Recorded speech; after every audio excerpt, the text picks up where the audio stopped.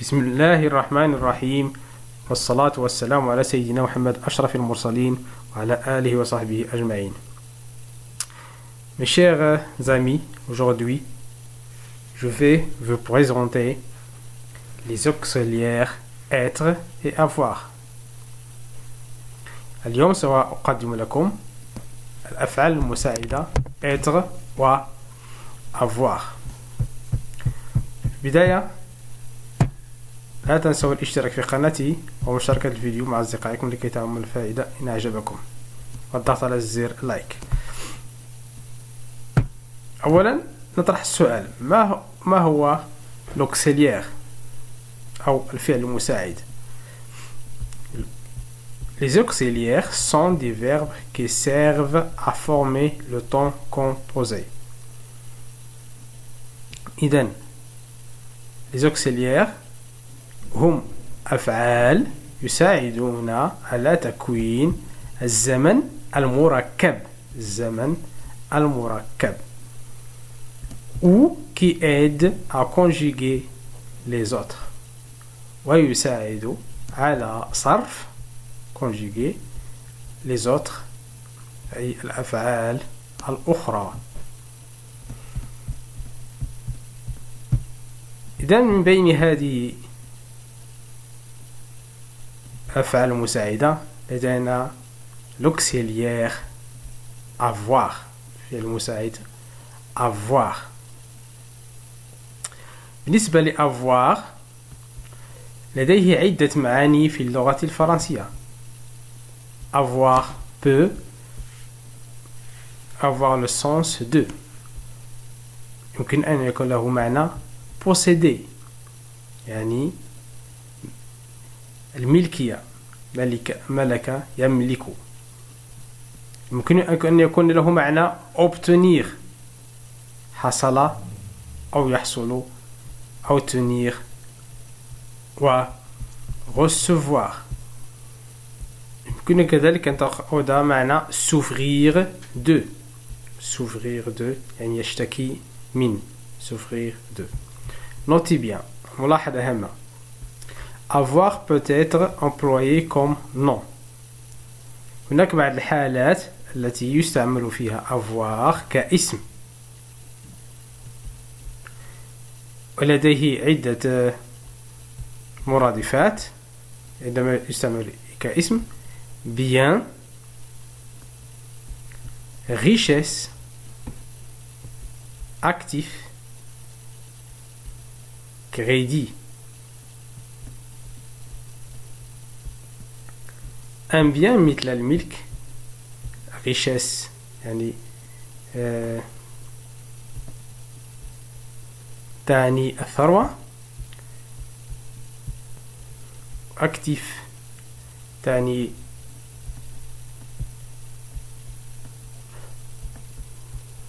الممتلكات، والكريدي تعني الديون.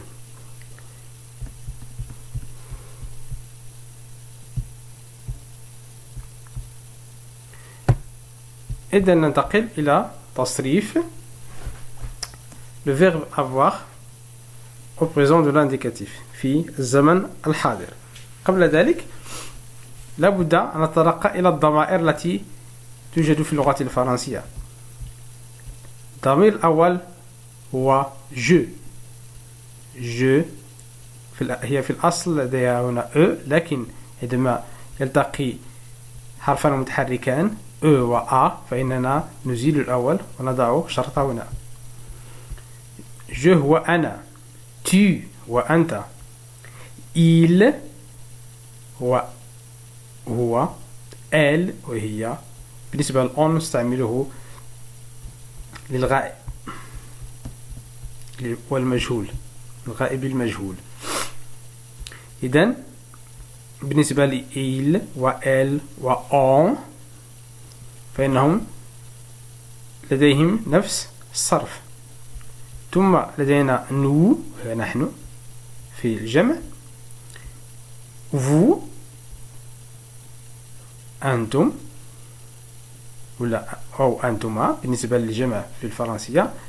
ليس لدينا هناك مثنى، لدينا المثنى والجمع في العربية فإنهم يجتمعان في اللغة الفرنسية في الجمع. لدينا فقط ضمير نحن nous ثم أنتم أو أنتما هو vous ثم il يعني هم و elle عفوا avec s هن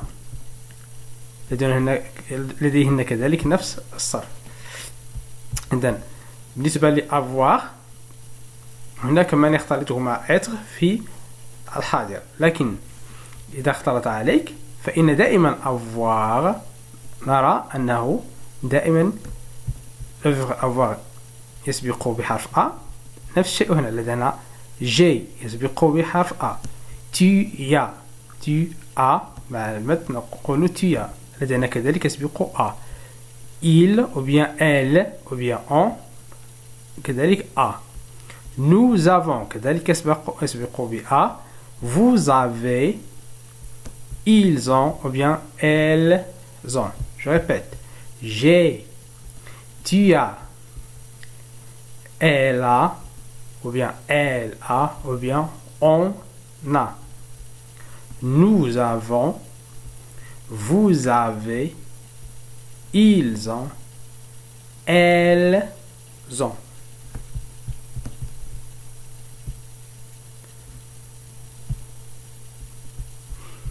إذن بالنسبة للفيرب avoir au passé composé يعني عند تصريف الفيرب avoir قلنا أنه لا يعد معاني، والأكثر تداولا هي الملكية يعني أمتلك.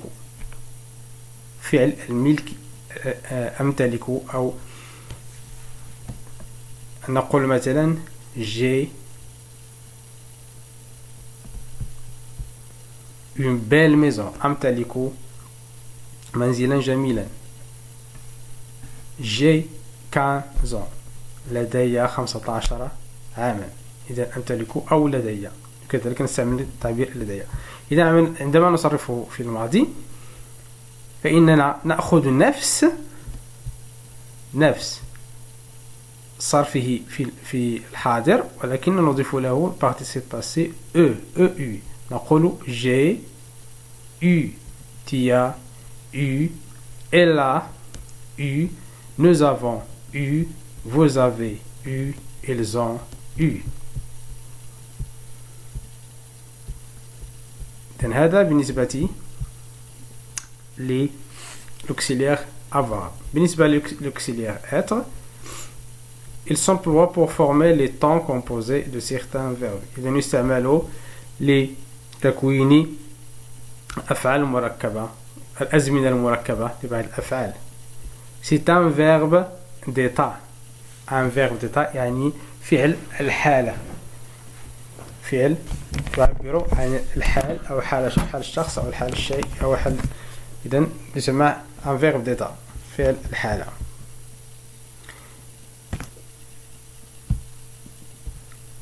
إذن بالنسبة l'auxiliaire être au présent de l'indicatif. إذن الضمير الأول je أنا، je suis. tu أنت، tu es. il ou bien elle ou bien on، il est, elle est، on est. nous نحن، nous sommes. vous êtes، ils sont، elles sont. Alors je répète, je suis, tu es, il est, elle est, on est. Nous sommes, vous êtes, ils ou bien elles sont.